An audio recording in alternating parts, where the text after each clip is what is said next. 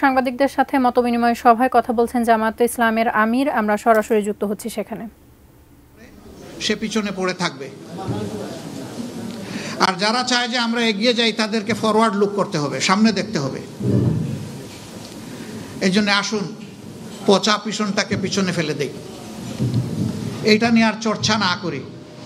এখন জাতি হিসাবে ঐক্যবদ্ধভাবে সামনে কিভাবে আমরা আগাবো, আমরা সেই রোডম্যাপ তৈরি করি সবাই মিলে। এখানে জাতির সকল স্তম্ভের হাতগুলোকে জাতীয় স্বার্থে এক জায়গায় আসতেই হবে। এই জায়গায় কোনো বিভাজন চলবে না। একটা জাতি যখন ঐক্যবদ্ধ থাকে গোটা বিশ্ব তাদেরকে সম্মান করতে বাধ্য হয়, আর জাতিটা যখন বিভক্ত হয়ে পড়ে তখন তাদের মাথার উপর সবাই মাতব্বরি করে, এবং এতে ওই জাতির শুধু ক্ষতির পরিমাণ বাড়ে, এ জাতি লাভবান হয় না। আজকে বড় প্রয়োজন আমাদের ঐক্যের।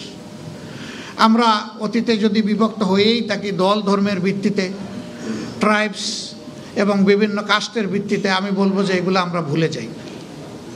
শিয়া বাটার ও ভিটামিন ই সমৃদ্ধ lily glam beauty soap. Lily, always beautiful. আমরা বলতে চাচ্ছি আমাদের এই প্রিয় দেশে যারাই জন্মগ্রহণ করবে, তিনি যে ধর্মেরই হন, যে দলই সমর্থন করুন কিংবা নির্দলীয় হন, তিনি এর দেশের একজন গর্বিত মর্যাদাবান নাগরিক, এবং সকল নাগরিককে তার অধিকার সংবিধান এবং রাষ্ট্র যা দিয়েছে করুণা হিসেবে নয়, তার অধিকার হিসেবে তাকে দিতে হবে।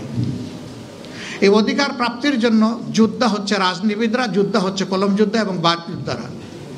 এই আপনারা আর আমরা মিলেই কিন্তু সমাজটাকে আমরা রাইট ডিরেকশনে নিব, এটা আমাদের দায়িত্ব। অনেকে অতীতে বিভিন্ন আন্দোলনের ব্যর্থতায় বলতো জনগণ নামে না কেন, জনগণ নামবে কেন? আমি কতটা নেমেছি তার উপর নির্ভর করবে আমার জনগণ কতটা নামবে। আগে তো দায়িত্ব আমাকে নিতে হবে। আমি যদি অসত্যকে প্রতিরোধ করতে চাই, শুধু ঘরে বসে আমাকে ফর্মুলা দিলে তো হবে না, আমাকে রাস্তায় নামতে হবে, রাস্তায় নেমে নেতৃত্ব দিতে হবে। এ বিশ্বে যতগুলা পরিবর্তন হয়েছে ওই ব্যক্তিকে কেন্দ্র করেই পরিবর্তন হয়েছে। সেখানে একটা ম্যাগনেটিক ক্যারেক্টার থাকতে হবে, যিনি সবাইকে ধারণ করবেন, যিনি সবাইকে তার থেকে দূরে ঠেলে দেবেন না। সেই ম্যাগনেটিক ক্যারেক্টার আল্লাহ যাদের মাঝে দিয়েছেন তাদের দ্বারাই সমাজের পরিবর্তন হয়।